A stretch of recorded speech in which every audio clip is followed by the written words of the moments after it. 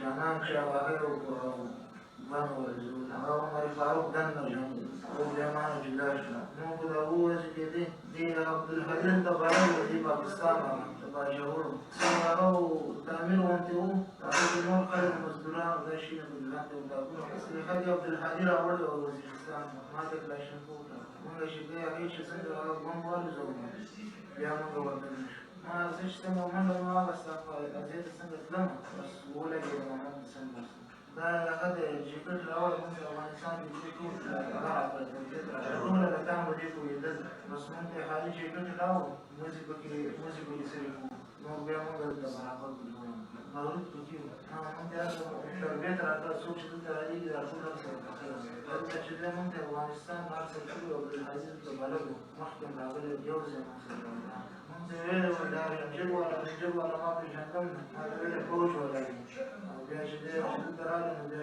دلته چې مبارک شو ما ته ویل دا رینجر والا دی اول پکې مونږ ته ویلې چې دا اوس ټول کافر مونږ جهاد راغلی.